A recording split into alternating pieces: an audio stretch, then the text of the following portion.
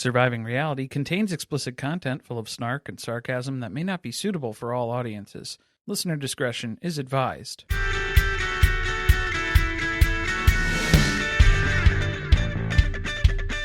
Hello and welcome to Surviving Reality. I'm Corey. And I'm Carly. And this is Welcome to Plathville, Season 7, Episode 4, The Secret. No, I think it's The Proposal, isn't it? Is that it? Who knows? Here's the description that I have. Well, because I was going to make a joke that Sandra Bullock did not make an appearance in this episode, even though it is The Proposal. Can I tell you, I love that movie. I know you do. It's not very good, but I'll watch it anytime it's on TV. You know, it's on TNT. You remember who else is in that? Betty White. Nope, that's not who I was talking about. Ryan Reynolds. Yep, that's the problem right there. I know. There you go. There's your red flag. Well, there was a time when we didn't really know a whole lot about Ryan Reynolds. It's true. Yeah, the guilty pleasure, there is plenty of guilt, more guilt now, to go along with that one. Did you want to look up the name of it, or you want me to proceed with the episode description? While you look that up, I got to tell you, I used to just dislike these people. Now I have a level of disdain for them after this. Okay, so it is called The Proposal. Yeah, because pretty much 100% of this episode is about the proposal. Zach proposing. I mean, that makes sense. I don't know what the secret was. I don't know what the secret is. Is that... It's whatever Micah and Ethan are convinced Zach is hiding. Either that, or it's the book that Lydia and Zach read together as part of their premarital counseling. Yeah, I'm sure that was it. Top of the list. The Plath family comes together to witness Zach's surprise proposal to Lydia. But Zach's demands prove to be too much for Ethan and Micah. Moriah considers leaving Cairo. Grappling with Lydia getting married, Ethan and Micah sit down with Zach and ask some tough questions. We're going to address our comments that we've received on social media this week in regards to Ethan Plath. We had someone over on TikTok who, in all caps, left us a comment on one of your like meme-like little posts, you know? Not to...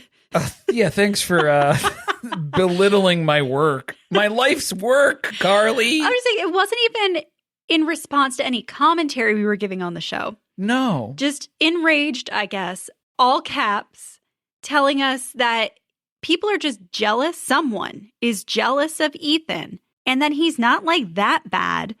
There are men that unalive their wives and children. Well, I would have to throw in the caveat, yet. Yeah, Ethan hasn't done that yet.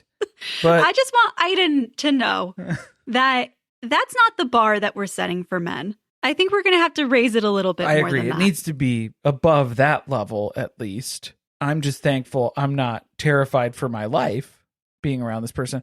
To be honest, I would be a little bit nervous, terrified for my life being around these people. After seeing this episode? Yes, very much so. Just randomly starting fires, the whole thing. I'm ready to go. Are you ready to just get into it? Because yeah. I've been raging since we stopped watching. Yeah, it's going to happen. I thought this was a episode of Teen Mom where we had a daddy-daughter dance that we had to go to. She was dressed up a little bit like Chelsea used to dress up Aubrey. Yes, very much so. Specifically for the daddy-daughter dance. The curls and all. The bow in the hair, little ribbon there. She was ready to go. It's giving American Girl. Do you believe that Lydia has no clue she's getting proposed to today? No, I don't buy it. I mean, like, I don't know how you can't talk about this on the time frame that you are on for getting married. You have to know this is coming up soon. And then we've also talked through it at length of what would be good. Like, what would Lydia want this to look like? She wants her family to be there. That was part of the instructions. Unfortunately, I think that was the test. This is a bigger hazing process than any sort of questioning that Barry could give you. So you think Lydia is the one who came up with the entire thing? I think Lydia put this in front of Zach and was like, if a man is able to corral my family and my loved ones to come together for a unified vision of a proposal for me, that is the man for me. That is the ultimate test. I think you're giving her too much credit. I bet you she thought everyone was going to be enthused about participating because they love her so much and they're so excited for her wedding. I mean, she has to know that part of that's not true. Well, Ethan made sure that she knew that part of that was not true. Very much so, yes. Abruptly. I think she's been waking up every single day preparing to go to her proposal. making sure the nails are done, the hair is done. She's picture perfect. She's ready to go. Because you never know. Yeah, a quick trip into town might end up with Zach proposing to you. You never know when it's going to strike. Poor Zach is over at the cabin, and he has the worst of company. He's with Kim. We've still got Ethan and Dead-Eyed Tegan and Mike and Veronica. And this is the group he's hinging the preparation for his proposal on. Here's where I question his decision-making abilities right out the gate. Kim was the one who picked him up from the airport. If you're going to have Kim be your driver, we're not off to a good start. Okay? I'm surprised she was able to. Was that a rental car? Or is that Kim's car? I don't know. Did you see it? No, it did not look like it fit with the rest of the vehicles that this family is known for. It didn't look like her Plathville paycheck has been going towards purchasing cars. Well, she is in financial dire straits this season, as we know. That's true. Maybe the car is evidence of that, or it's not worth investing a lot of money in case you total this one too. Yeah, it's bound to happen. It's not if, it's when. When does this happen? Well, thankfully, Zach made it in one piece to the cabin because that was the first challenge of the day. There are no guarantees. What was the conversation like in the car on the way there? Because that had to be terrifying. Here, blow into this.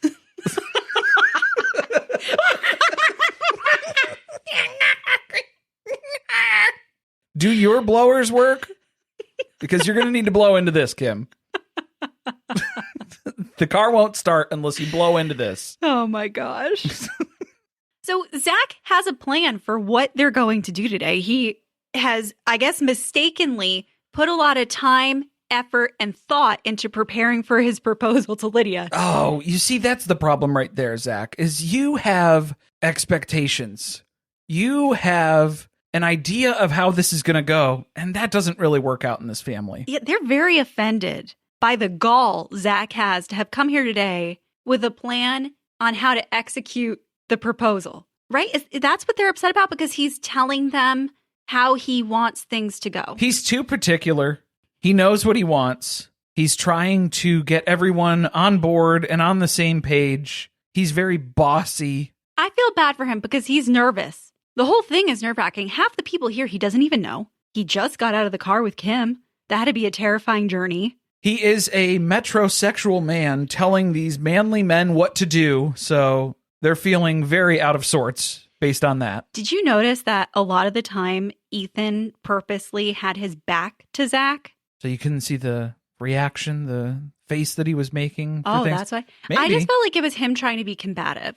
He's not going to give him the time of day to even listen to what it is he's asking him. They just have a very big issue with authority. Well, Veronica jumps in on this too, because then she's quick to mention to Micah that it feels like substitute teacher who's telling everybody what to do and nobody's listening sort of experience of what's happening right now. But then Kim is the only one who's asking him, okay, what else was it? Or where was that going to be? Or how? So like Kim's trying to direct this and keep it on task a little bit. Yeah, but I also feel like the only reason Kim is being that accommodating, because it's not even welcoming. It's her property, first of all. She kind of wants to know what's going on.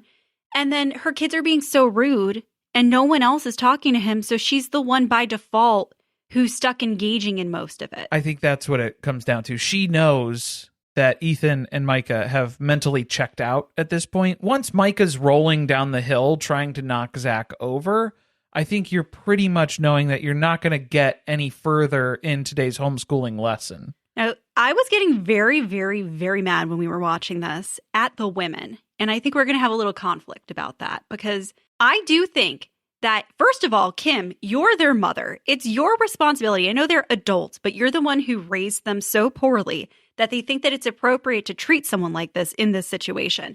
You need to be correcting your children and telling them to fucking behave before they ruin Lydia's day. Well, I mean, they already have a problem with authority. We know that because Ethan keeps talking about how pushy. He's just so pushy. I don't think he's being pushy. He's not forcing you to do anything. He's telling you, hey, here's what I had in mind. Here was how I was seeing this. He wasn't asking you to respond to him and yes, sir, and no, sir. Like, it wasn't a militant type approach here. It's not an authoritarian regime that he's bringing in. No, and part of why he's being so particular about where everybody has to be is because there's going to be a photographer. Well, and also because you're just like drifting off. You guys aren't really focused right now either. So now he has to be more prescriptive of maybe you should stand right here and then see if you're able to retain that information for an extended period of time, because you just sort of wander off. You're not really focused. That maybe you should avoid rolling yourself down the hill in dirt and, what is it, pine brush, they were calling it? Yeah, like the dried out needles, the pine needles. And whatever kind of bird shit is probably on the ground too. Maybe you should get up and not do that. Well, especially because you are now rolling through the area where Ethan's going to be starting some fires because he's a 14-year-old boy. I would just be so embarrassed, not only to be Kim, but also to be these men's girlfriends. Okay, yeah, you're getting very upset. I'm here. getting very upset. I I can't even speak. Well, this was Tegan's first defense of Ethan. I feel like it's going to be the first of many, and she's getting geared up for this. I don't think he was trying to do anything intentionally to upset anybody or to... Okay, well, he is. This is upsetting. You're upsetting Zach by setting fire to the area where he's planning to propose to Lydia. See, that's the part that really tells you that it was intentional.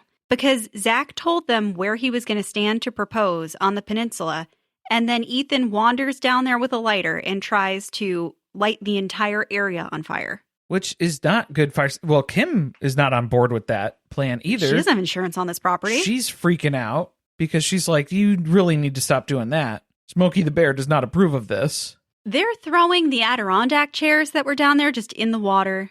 I think that was a Micah move. Did he throw it in? I didn't see it happen. I just saw the water. It was in the water. Yeah, he either pushed threw it in or pushed it into the water. Okay. There were 2 chairs down there at the end.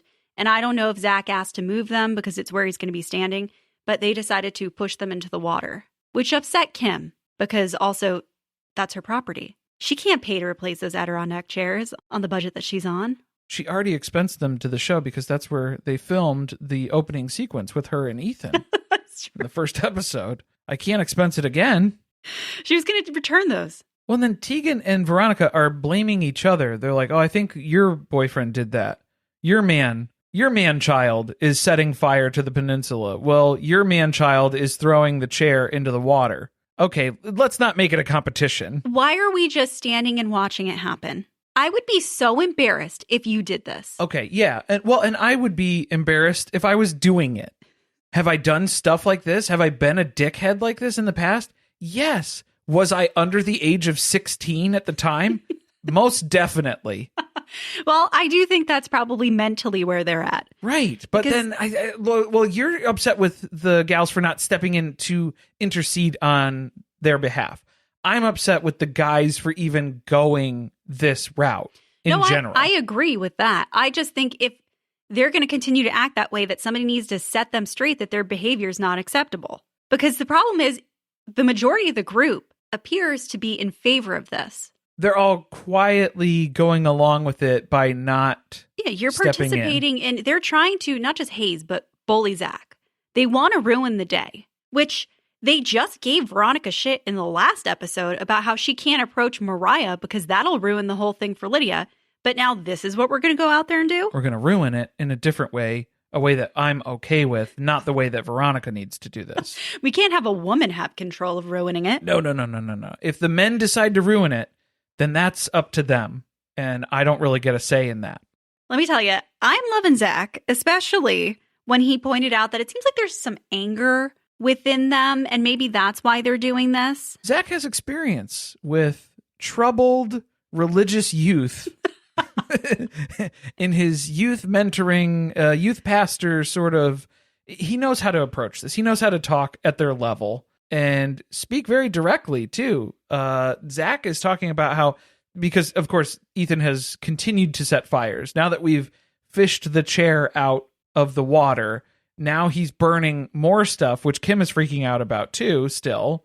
And so now Zach lets us know, you know what? Confrontation's necessary sometimes. So That's not the Plath family motto. they're not ready for that because Zach comes asking the real questions, saying, hey, why are you burning that? And it's like watching a child psychologist interact with like just that level of questioning the pace that we're going in this conversation, because Ethan seems like he doesn't really know why he's doing it either. And he can't say the real reason, because the real reason is because I want to ruin this for you. And so when Zach starts asking him direct questions about, well, why are you doing that?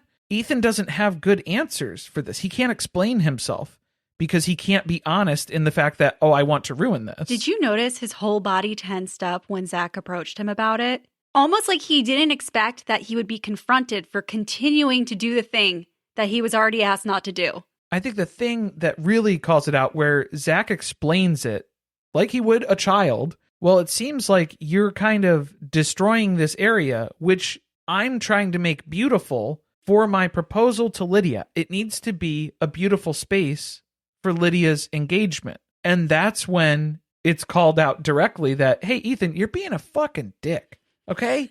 Like, that's what's going on. In the nicest way possible. That is the nicest way. He could bring it up. The absolute nicest way that Zach could say that. But that was the sentiment underneath, was because, why are you doing this? You're being a dick. That's why. So stop doing what you're doing and please leave the area. The way Ethan gets enraged is such a picture into everything, a window into everything Olivia has told us about what it was like to be married to this man.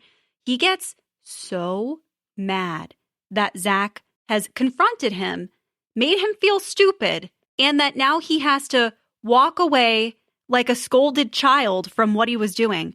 And so he mumbles under his breath to fuck off as he's leaving, and he just whips a stick into the woods. Which is a very mature approach to this. It didn't take much for Zach to make Ethan feel very small, was what I noticed. That was profound. So for the big man that they keep building up Ethan to be, it didn't take... A little bit of a fragile masculinity under there, Didn't take much. Yeah, it didn't take much to rock him to the core there when it's asking him to put out a fire, a brush fire, in the area where I'm trying to propose to my girlfriend. And make it a nice thing. I made it nice, okay? I made it nice. So, like, please, stop ruining this. I feel devastated for Lydia that she is going to watch this. They know they're being filmed. They know that this is going to be on the show. She's going to have a way to watch how they behaved. How do they think she's going to take this? The same diluted way that she took Ethan approaching her about not liking Zach? Yes, and also the dinner where she didn't say anything, and they continued to laugh and mock Zach under their breath the entire time, and it just went unaddressed. I think that's probably how she watched this scene, too. Boy, Zach really went through a lot to propose to me, because my brothers didn't make it easy on him. Oh, those pesky Plath boys. I hate that. It's not funny. The whole thing isn't funny. It's not funny. It's not cute. It's aggressive, which I did not like, did not appreciate. It's rude. Disrespectful. Yeah, I think Zach called it disrespectful, and he's not wrong. Right on all counts. Here's Micah, Ethan, and Veronica's takeaway. Zach's got a bit of a temper on him. Did you see how quick he was throwing a stick to the side and telling me to fuck off? Did you catch that? Oh, wait a minute. That was fucking Ethan. All of them, Veronica included. I know we've been enjoying her clapback so far, but the way that she could not wait to join in on bullying him, she lost points with us this episode. Yeah, not a Veronica fan in this episode at all, because she's sidling up here with Micah and Ethan, and I don't know if she's just trying to get an in here. She's sick of being on the outs too, so I think it's that. She knows that there's a new scapegoat. Let's put someone else to be the black sheep. Yeah, it's like the bottom of the list here. They'll stop paying attention to me if Zach's the one they dislike the most. So that's kind of what she's leaning into, and that part I don't like, because then you can still stand up for him, because you know what it's like in this family to be outcast, to be set aside in this way, to be rejected. I do agree the whole thing's a little odd, that you don't know him very well. You're kind of uncomfortable with the proposal just because you don't really know him. And then you have him telling you what you need to be doing, and they don't take that very well. But the reaction was unwarranted. And they've decided that wasn't enough, that they need to continue to frazzle him.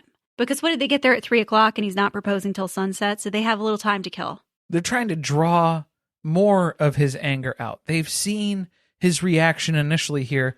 They want to see how riled up he can get. So maybe we should set some more brush fires. Perhaps a full-on wildfire, just to see what would happen with Zach's reaction there. I think you'd get more of a Kim reaction out of that, because she would be freaking out at that point if there's any more fires around the property here. Kim can't have the cops called out here. No. She doesn't want to interact with them anymore. Not any more than she has to.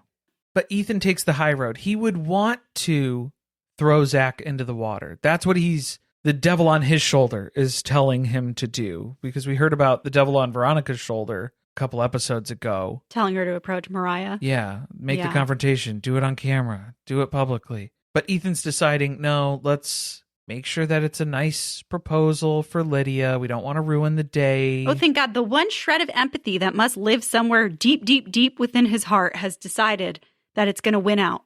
He's just going to save it up for questioning. We're going to do an interrogation, a tactical interrogation, tactical questioning. What was it? What is it for? Special forces? Special forces, I don't whatever know. they call it. They put a bag over his head and drag him into the cabin. Drag him into the cabin a little bit later after the proposal. If they had watched that show, they would have done that. Don't They give would them have any stolen ideas. that idea. Yeah. But now everybody's showing up except for Moriah. Where's Moriah? Good question, Zach.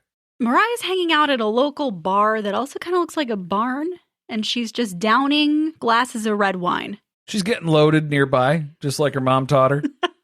What did I tell you?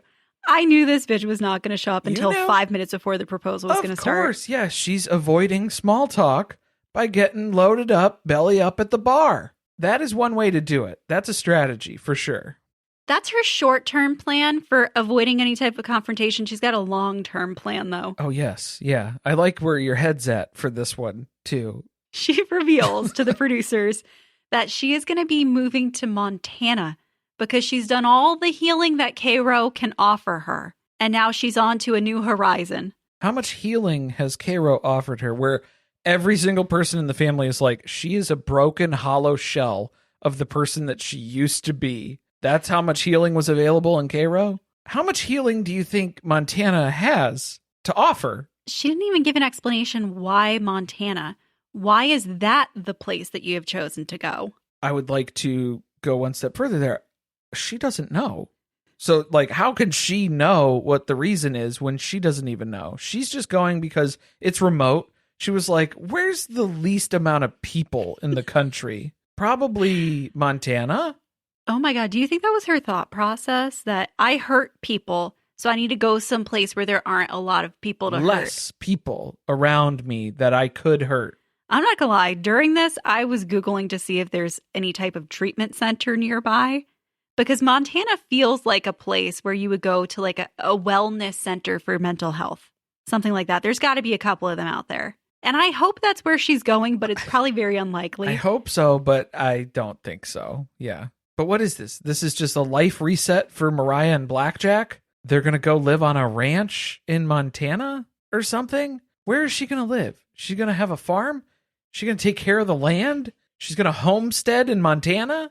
She has zero plan. She just knows that she's got to get out of here. She's running away again, which is a pattern for her. Which they're seeing, the producers are like, is this kind of like what your mom did with the boat, though? Are we seeing some similarities here?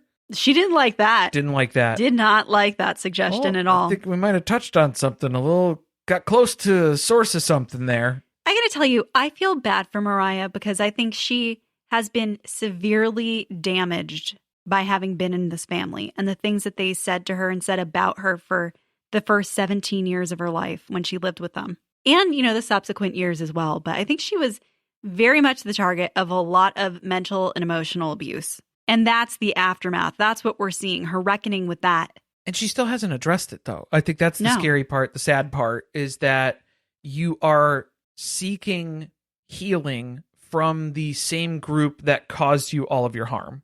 So that's really difficult to do. I would say it's practically impossible to do, to be healed in the same group that hurt you to begin with, because they're going to keep doing that. That's what it's designed to do. Well, look at that. The sun's about to go down. She might turn into a werewolf here. That's the time she thrives. She's dressed like Morticia Addams.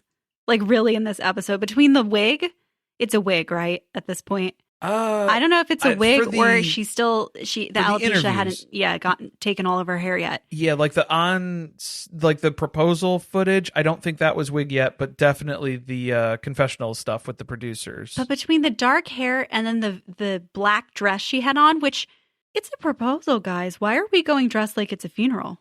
But then also butterfly dead center here on the chest. That was a choice. Again, mental frame 10 to 13 years old.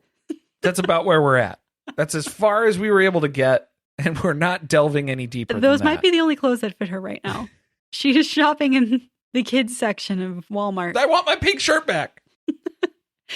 Well, Lydia's in the car en route with Barry, and she's convinced that they're going to dinner, but first, she needs to do something that she's very used to. She needs to stop by one of Kim's Airbnbs to do a little bit of work. Yeah, this sounded like Lydia work when Barry was describing it. He needed to come up with, how am I going to convince Lydia that we need to go to the cabin here?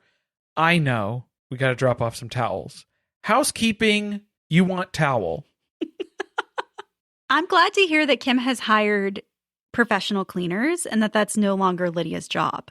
I bet Kim misses those days, though, of just Lydia the free didn't labor. Forget to make sure there was enough towels. And Lydia did not provide an invoice for her services at the end of the day either. That was the best part. So that was a win-win in Kimmy's book. Meanwhile, they're all making fun of being there. Veronica is talking about what a Bridezilla Zach is, which she has to then explain to Micah because he doesn't understand the reference. Micah was afraid to point out the fact that Veronica sounds like she would be a Bridezilla. Takes one to know one, maybe, sort of a scenario here. Maybe let's not be so judgy when you have not been through your own wedding. Yeah. Maybe there's some harbored resentment there. Veronica's upset. She doesn't get to be the Bridezilla. I mean, she's upset about multiple things. Maybe it is. Well, things are so bad between her and Micah. I don't know if she's at this jealous point of a proposal. No. I mean, I think past Veronica probably would have been. Let's talk about the outfit because everybody's lining up because Lydia's going to be here soon. For the redneck wedding, as Isaac describes it. Because this doesn't look like a proposal. This looks like a redneck wedding. Okay, it is weird to have so many people there, but that, I guess, is what Lydia wanted. To continue to poo-poo on this and then attribute, I don't like what we're doing here today. Everything that's wrong with today is at Zach's behest. And so therefore, I do not like Zach because he's making me do this weird stuff. I'm pretty sure that Zach has had extensive conversations with Lydia, and this is the way that Lydia wants it to be. So maybe if you don't like this, if you don't like that you were roped in on this sort of arrangement here, talk to Lydia about that. Do not blame it on Zach. Maybe it wouldn't have been so uncomfortable for them if they weren't lined up directly in front of where he was going to propose and then be forced to watch this interaction happen between them. I mean, it's not that long of a thing. It's not a 40-minute ceremony or anything. No, this is going to be pretty quick. But he's also not the first person to ever invite somebody's family and friends to the proposal. Yeah. Just a lot of times people are standing kind of away because you don't want it to be a dead giveaway about what's about to happen. And the guy's not asking for much. I mean, he's asking for, 30 minutes of your time in preparation for Lydia to show up beforehand. But this is maybe going to take 5-10 minutes at most. Please, just set that aside for the moment, for the time being, for Lydia to enjoy this. So for most of the day, the gals have been wearing kind of camping attire, if you will. Some athleisure. Veronica was full sweatpants and sweatshirt. Yeah, how did that happen? Was it cold? Because before she was wearing leggings and a vest. She was saying it was cold. So she's changed her clothes 3 times. Just in the time span that they've been there waiting for Lydia to show up. Right. Yeah, I think that's what's been going on here. Because she takes off what she's wearing, which was odd. Everybody else was going inside to change in the cabin. Why didn't you just do that? Well, she had already changed. This was the wardrobe reveal.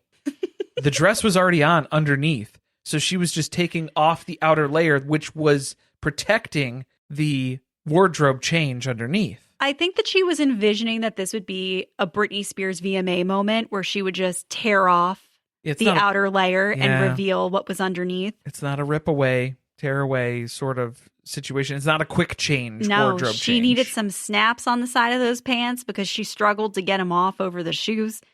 The whole thing was really weird because Micah's like, underneath her, trying to pull her sweatpants off while everybody else is standing there watching. Well, everybody's confused because Lydia should be coming up any minute now. And then here we have Veronica about to roll down the hill after Micah because she's going to trip over her sweatpants here with her shoes getting stuck in the legs. Also, she takes off what she has on, and we see it reveals a short sequin dress that looks like it's from Rue 21. It's like a disco ball sort of cocktail dress is what's happening here. Look, it looks cheap. It's going to catch the sun, which is probably not going to look great in a lot of photos.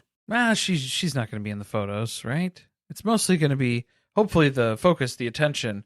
Well, maybe that's what people were saying. Amber was pointing out. I think Veronica did it because she's desperate for attention, and she's hoping to steer some of that attention away, which is kind of disrespectful to Lydia if you think about it. I don't think Amber was wrong. You know what? I kind of have hope for Amber. We'll see in the next episode because, yeah, it seemed like there was a conversation that's going on.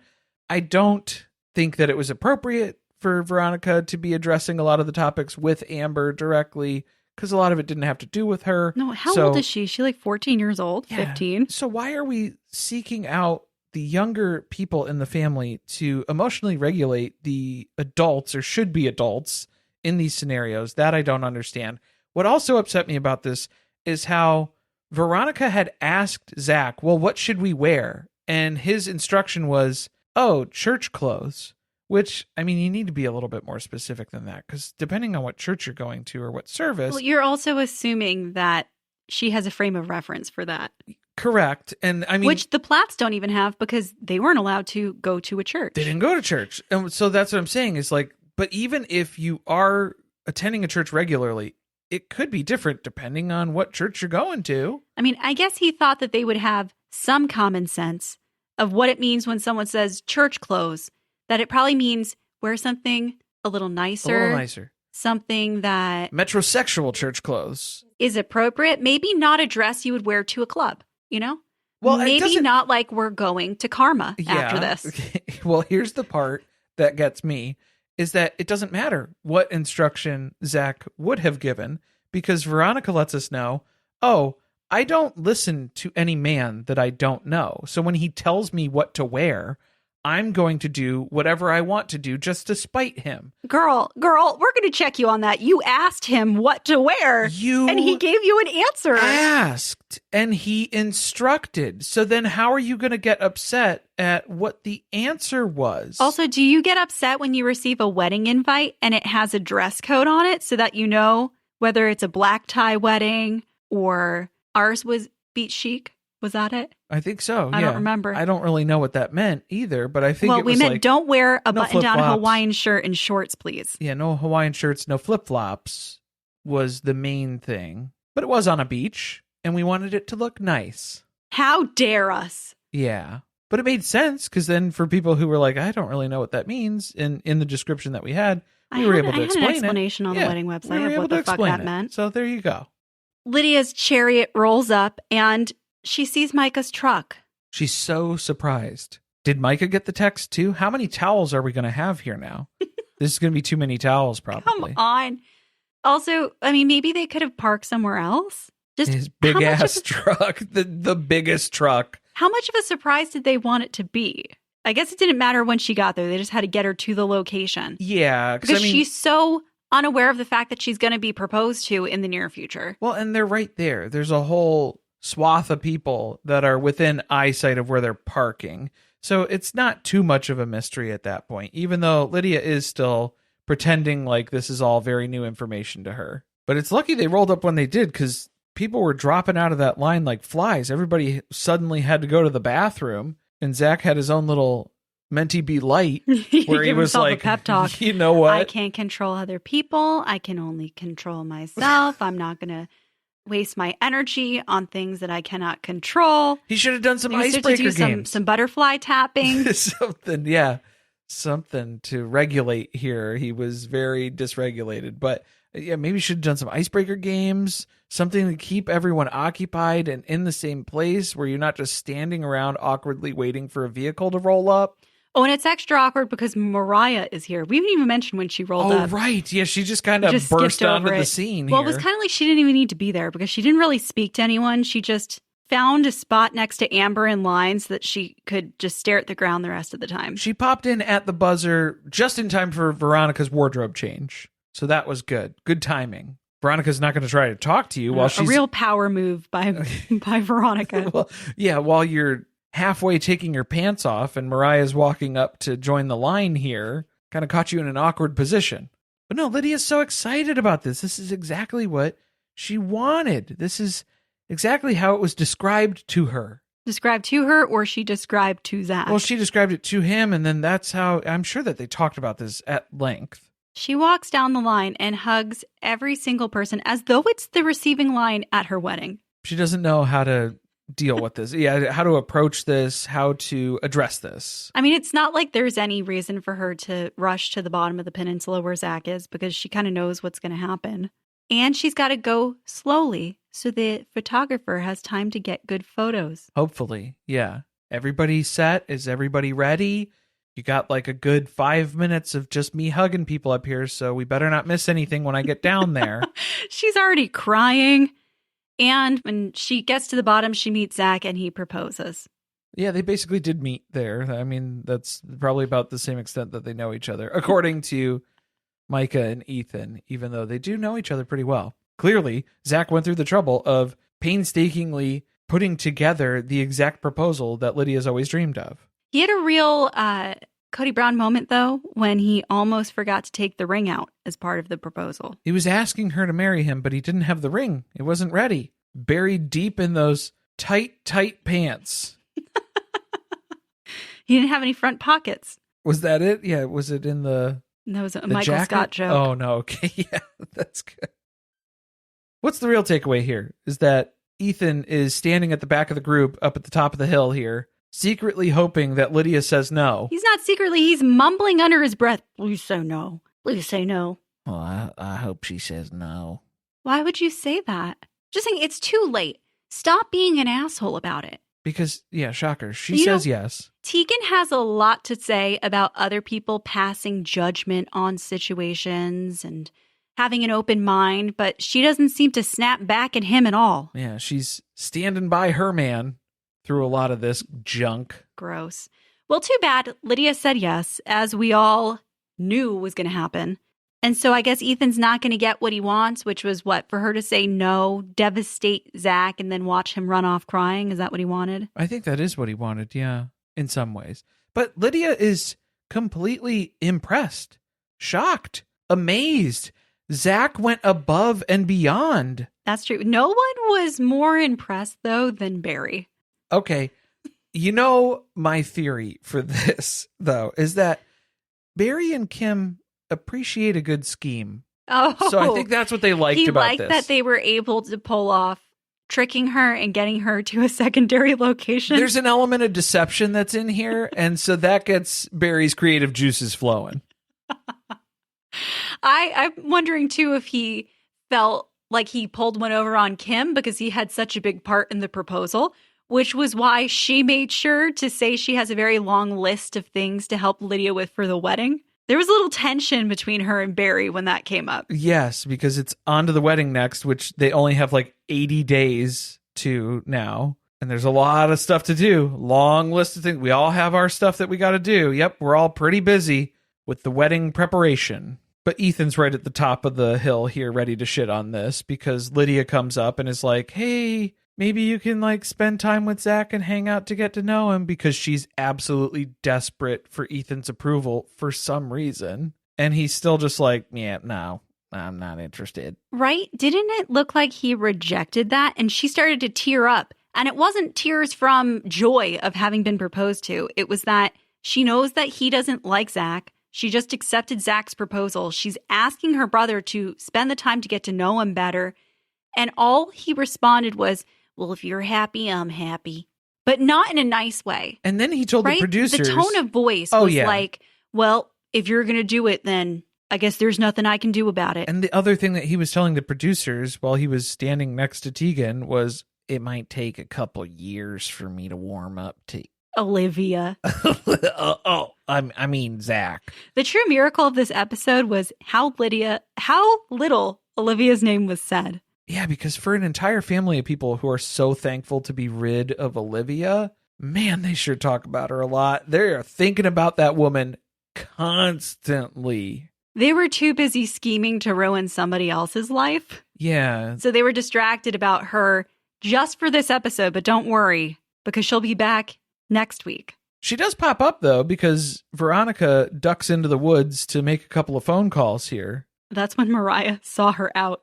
Oh, yeah. As soon as Veronica's clear... She had her back turned. Yeah. She was like, I'm out of here. I'm Irish goodbye. Gone. So Moriah just bails. She doesn't say anything to anybody. She's going back to have another drink. Yeah, she's got to get she back went to right the bar. back to the bar. I bet you. Veronica's out in the woods. Why? Because everybody else has gathered around and they're congratulating Lydia, and Lydia's asking people to be her bridesmaids. And she's decided that it's too uncomfortable, so she needs to flee to the woods to make a secret call to Olivia. This didn't seem like the time or the place to have this conversation. Or maybe like go to your car or something, like something less out in the open here. Because now Veronica's just kind of getting off on the fact that she's talking to Olivia behind everyone's back. She wanted to get caught. Well, she was talking pretty loud in the woods, and that's what the producer's like, hey, keep it down. You're kind of yelling. You're drawing some attention over here. So they're just right on the other side of these trees here. There really wasn't anything to the phone call other than her confiding in Olivia that no one's really being that friendly to her. She's not having a good time. And then joking about Olivia coming to the wedding with her as a +1. The main takeaway here is that Veronica structures out the high school pyramid for us of the Plath family, because you have the structure with it's the jocks at the top, and then you have the nerds, and then I think it was like everybody else. And then underneath the pyramid at the very bottom there in the puddle of muck, that's where Veronica and Olivia are. I would say throw Zach in there too, because that's where you've been trying to put him as well this entire episode. So if you're going to complain about the hierarchy and the structure of the family, maybe don't be complicit in it. And yeah, wasn't it funny, though, that the phone call was all about how the family has not been very welcoming to her, but completely left out any of the details of how horrible they were to Zach? Yeah, it didn't come up. Didn't mention that. Didn't think of that in the moment. I just want to make sure we call her out on that, because she's been out on the internet telling everybody about the fire that was set. And just okay, she said that they tried to set Zach on fire, which is also an exaggeration. Unless she's talking about a separate incident, because this is all we have to go off of right now. Which, who knows? It very I wouldn't well put it could past be. them. Yeah. But you can't be complicit in something and then decide later on that you didn't agree with it and then use it against the other people when you were also part of that. Wasn't it weird watching Lydia ask the little girlses to be in her wedding? I think Mercy's the only one who's genuinely excited about it. And it's just because she's never been a bridesmaid before. Well, that, and also she's too young to understand how uncomfortable all of this is. Because she's just excited, wow, it's a wedding, cool. And I get to be a part of it? Neat. Meanwhile, everyone else in the family's like, it's too soon. They don't even know each other. He's not trying to kiss her. Amber seemed perplexed by what Lydia said to her before she asked her to be in the wedding, about having been there for her to support her through all of it. Yeah, I wasn't sure what part of it that Amber was uncomfortable with. Was it like, are you sure you want me to be a part? Are you sure that I'm able to do this for you? I think Lydia's bar is so low for support that Amber does not understand what Lydia means when she says, thank you for being there for me. Because she gave her a hug one time when she came home to visit. Because you told mom to move out because she was leaving dad. And that was really important for me. That meant a lot. Well, we're going to close the episode out with the grilling that Micah and Ethan have spent a lot of time thoroughly thinking through, since Barry didn't do a good job of it. And this is their opportunity, which also I still don't get why Ethan refused to spend any time with Zach when he wanted to do this. Why couldn't you just say to Lydia, oh yeah, sure, I'd actually like to talk to him later. Micah and I would like to spend some time with him and talk to him. Yeah, because I don't think he wants to spend time with him to get to know him. And I think that was what Lydia was instructing or asking or hoping for. And that's not their intention here. They're trying to run this kid off still at this point. And so we get into the reasoning here of Dumb and Dumber, of why they're trying to say that Zach and Lydia don't deserve to be together because there's no way that they could possibly know each other. It's been too soon. And relationships aren't just ordained by God, where there's all these symbols and reasons of why your destiny is intertwined with a specific person. This is just an amplified crush that's gone out of control. To be fair, I think if anybody knows God personally, Lydia knows God way better than Micah and Ethan know God. Yeah, if you don't believe that it's destiny, in the words of Robin Alice Brown, then maybe you can believe that she manifested it through all of the pieces of paper that she nailed to the inside of the prayer closet. So, I mean, just from that fact alone, if you're talking about that sort of approach, for Lydia, this is very real. So you need to at least some sort of come to terms with that for yourself, that this is very real for Lydia. But they're just here trying to protect their sister, because we saw what happened with Moriah. A guy broke her, and now she's just a broken person who will never be fixed. Micah doesn't want Lydia to be broken down by a man like Moriah was. That's his goal here, is we have to protect Lydia from the damage. I think the damage has been done to Moriah, if we're being honest. That damage was already there, pre-existing condition to this douchebag that she started dating. Yeah, I don't know why they're trying to make it out like it was the devil in the suit and tie who just completely ruined her life. Well, that was the story that she spun. So that was the reasoning then, even though she kept going back to the devil in the suit and tie. So then you have to look in the mirror of, why am I in this circumstance? It's because I keep going back to this person who's terrible for me. Why do I do that? Why do I have that tendency? It's just rich from people who've not spent any time trying to help Moriah get through this, to then be like, well, we've just got to make sure that this doesn't happen to Lydia by running off someone who appreciates her. Oh, and Mariah's so close, too. She's full of self-hatred in a way that is like, she is so down on herself, but she hasn't gotten to that point where then it's like, okay, how do I fix this? Or how do I change? See, that's where I don't like that she's taken some of the religious verbiage that she's learned and applied it to herself, that she's just a broken, she's an unfixable person. So she's just going to continue this pattern of hurting people. So her solution is to run off to a desolate place. I mean, it's beautiful country up there, though. Montana, big skies, Montana. Zach's walking into this and he knows it's going to be a firing squad and that they're going to have hard questions. He's he's bracing for a difficult conversation. Yeah, he knows this isn't going to be any type of friendly banter that they have just based on the interactions they've had so far. Well, and his general read of their personalities and individuals that are here in this room. It's not going to be a fun time. I don't think I would have wanted to go into this without a secondary, like a witness there with me, just given how terrible they were leading up to the proposal. Well, you have the cameras, so it's being documented. You're not going to be able to refute that. That's true. To an extent. Make sure there's not a hate crime that occurred. No, there's just threats of bodily harm that open the conversation, because Micah's basically just letting Zach know, hey, if you ever do anything to Lydia that upsets her or causes her harm, then there will be consequences. I gotta tell you, though, Micah's participation in this conversation did feel to me more like a big brother trying to get to know Zach and protect him. I was waiting for Ethan to ask some unhinged shit, but it's pretty tame at first, just asking about, like, why are things moving so quickly, which is a valid question.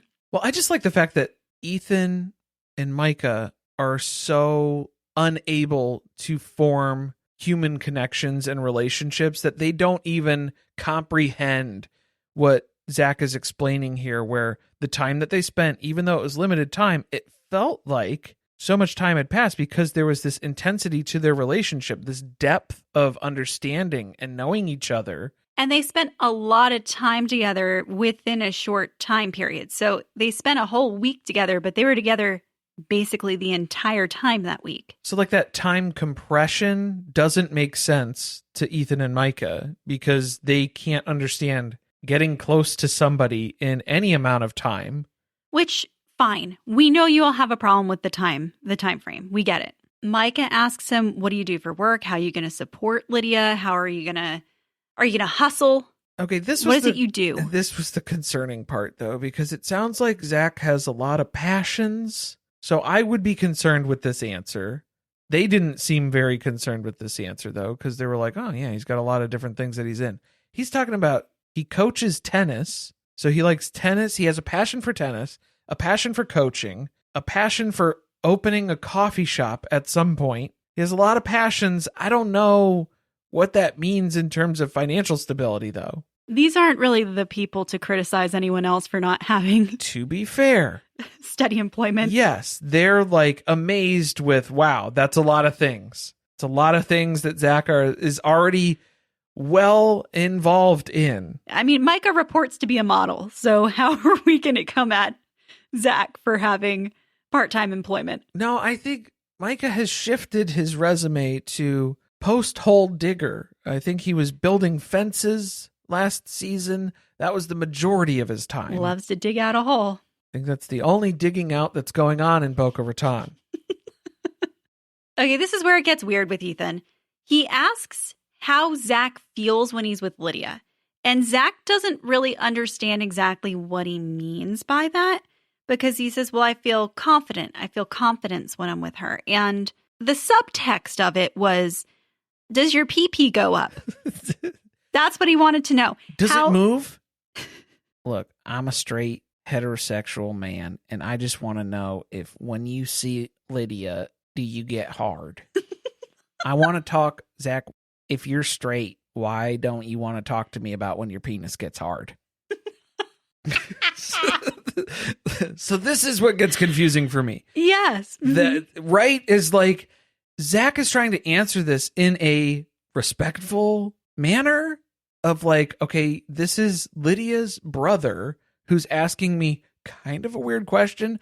It seems like he's steering me towards this sort of conversation. I'm not interested in having that conversation. A sex conversation with Ethan Plath? Like, no thanks. Also, I get his answer that he feels like you feel more confident, you feel more sure of yourself, like a better person when you're with her. That's like not a bad answer, but they can't comprehend it. He stumbled a little bit at first because he didn't really know what the question was. Because, I mean, Ethan just kind of talks in... He had reason to be confused, clearly. What do you feel? Does it feel like a bag of sand? If you squeeze them? What? So he has to clarify by bringing up the fact that they haven't kissed. That's really what he wants to know about. Ah, okay. Yeah, you're talking about the abstinence thing. So Zach is able to speak to that a little bit better because, hey, there's scripture that goes along with that. We're doing this to honor each other. It's not something that I've done in the past, but it felt appropriate to do with Lydia. And this felt more serious, so we wanted to take it seriously and not be distracted by these things. That was all good. That answer, though, does not appease Ethan because it's too religious. It's too much. You're just too much about the Bible, Zach. The man who has ended his previous marriage because he just could not wrap his mind around LGBTQ people because of what the Bible says, cannot understand why a straight man might abstain from kissing a woman who's not yet his wife because it's in the Bible. I couldn't do that, and I don't know who could, was Ethan's takeaway. So he's equated that not being able to resist engaging in some level of physical intimacy with someone else is a measure of masculinity. Yeah, or like it's the programming of like, oh, that's something that you're constantly told as a man, oh, you can't resist those urges. You could never do that. So like, don't put yourself in those situations. That like, that's part of the abstinence. Okay, but isn't speech. That literally what Zach is saying? That's why we're not kissing, because that's putting us in a situation that... You would think that, right? You would think that? it seems like then what Ethan is saying is that, like, okay, yeah, but we all agree to abstain, wink, wink. But, like, we don't, though, right? I mean, I don't know, because I've never read The Fruit of the Loom, so I don't think I'm on the same page as Ethan. I haven't read that scripture. That's a different Sermon on the Mount. The fuck is he talking? That is the education that Kim has given him. He was trying, well, this is the man who bases everything in his worldview on the Bible that he has read so much that he refers to the fruits of the Spirit as the fruit of the loom. So maybe that's why he wasn't allowed to watch TV for so long, because, yeah, if you learn about the Sermon on the Mount, the fruits of the Spirit, and then you see a commercial for underwear, now you got dicks on the brain, your fruit of the loom, it's contaminating the sermon that you just heard. It's all so confusing. It's cross-contamination is what it is. At one point, he calls Zach a holy bastard to the producers. I just wanted to hear how horny he was. Which I think is probably blasphemous, but what do I know? And then he straight out asks Zach, are you gay? Okay, this is where it's like the thing that becomes apparent is that Ethan's level of religion is based on personal validation. It's not on living scripturally or living to a spiritual conviction that someone has. So it's mostly just to validate his own experience, and anyone who disagrees with him, he can say, well, you're disagreeing with God. And all the other stuff was kind of fuzzy, so I didn't read it. Yeah, that stuff I didn't pick up on all of it. But if you disagree with me, it's in my just something to interpretation, weaponize. Yes, this is just ammo for him to win an argument, because he has no other way to win an argument. He doesn't know facts, and he doesn't know how the world works. He didn't read all of The Fruit of the Loom. Page cover to cover. He's a boxer man, not a briefs. I cannot wait to see how Zach responds to this, because he has been so good about actually confronting them when they do or say something rude that I cannot imagine that he lets them just ask him this and doesn't say, that's a weird fucking thing to ask. Address that. Yeah, of like, what makes you ask that question? I'm curious, Ethan. Or why would you think that I would propose to Lydia if I was gay? Do you think that Lydia is a man? Let's not open that can of worms for Ethan. Is that what you're implying? That seems disrespectful. Micah, I think you should punch Ethan in the mouth because he just disrespected your sister, which you warned me, and you threatened me with physical harm if anything were to happen to your sister. So maybe get to work, okay? Well, this is what the episode description for next week says. The fallout from Lydia's proposal continues as Micah and Ethan question Zach. Veronica confronts Amber and Ethan about the Plaths' treatment of her and later reveals a big secret to Micah. Moriah enjoys a night out on the town with Barry before her big move to Montana. Bye, I guess. And you're going to spend your last night in Cairo with Barry Plath? That's how depressing her life has gotten. That's a real rager, sort of a send-off there. So that'll be really good. And it didn't look like they were having a good time. This was some marshmallow BS storyline here that we saw clips of. So like the season that ended with them smashing the pies in each other's faces. Yeah, it looked like more of that. It was some bullshit. So I'm not looking forward to that one.